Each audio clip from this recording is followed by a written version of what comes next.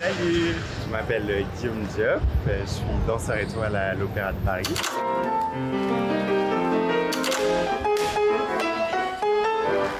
Ça a beaucoup marché aujourd'hui, très bien. Là c'est l'entrée des artistes. Voilà. Match magique. C'est un peu ta deuxième maison ici.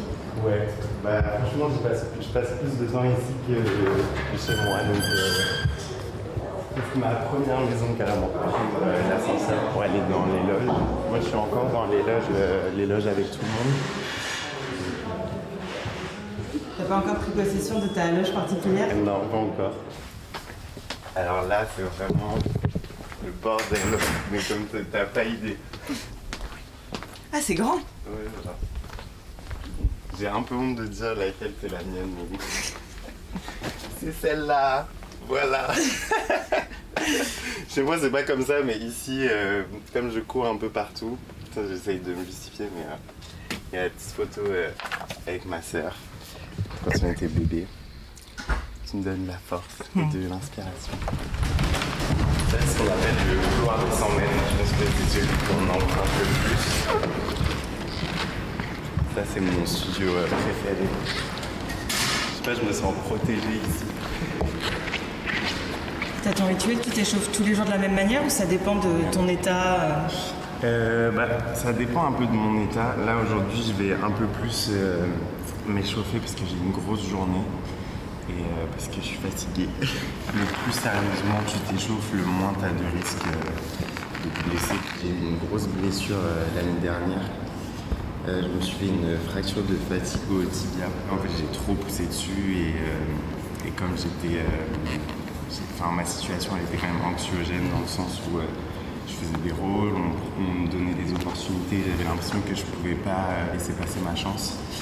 Et j'avais super mal et j'ai continué de danser dessus jusqu'au point où j'arrivais presque plus à marcher. Tu vois. La carrière d'un danseur, elle est courte et on a toujours cette pression de l'âge, tu vois, au-dessus de nous, de se dire genre, non mais si, je sais pas, si à 25 ans je suis pas premier danseur au sujet ou s'il faut que je sois absolument danseur étoile avant mes 30 ans et tout ça, et du coup on a toujours ce truc un peu de stress où on a toujours peur de rater le bon moment, tu vois, ou de rater sa chance.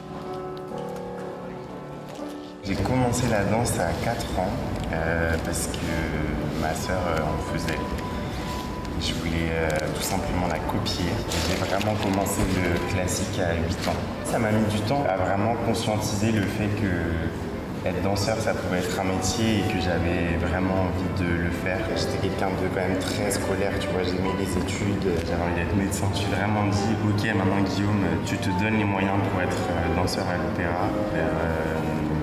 15 ans je pense. Ça m'a fait du bien en fait de pas être dans cette optique-là trop jeune parce que ça m'a préservé aussi un peu et c'est grâce à mes parents, tu vois. Ils me disaient tout le temps oui mais tu finis l'école, c'est important, faut que tu aies des bonnes notes et tout machin parce que tu sais pas ce qui peut arriver et tout.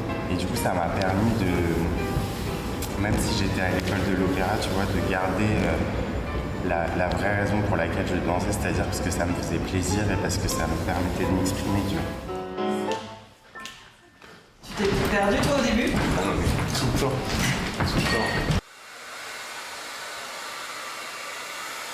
Je m'en fais un catogan spécial cheveux bouclés. Tu vas pas plus haut? Ouais. Là, tout à l'heure, tu vas répéter. Là, on va tout faire. On va faire un filage, comme on appelle ça en entier. Salut, ça va? Ça va et toi? Oui, ça va.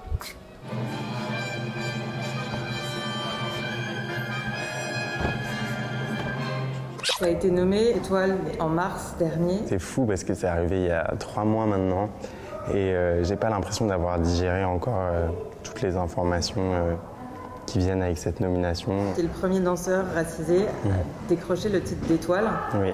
C'est un honneur, c'est une pression. Les deux.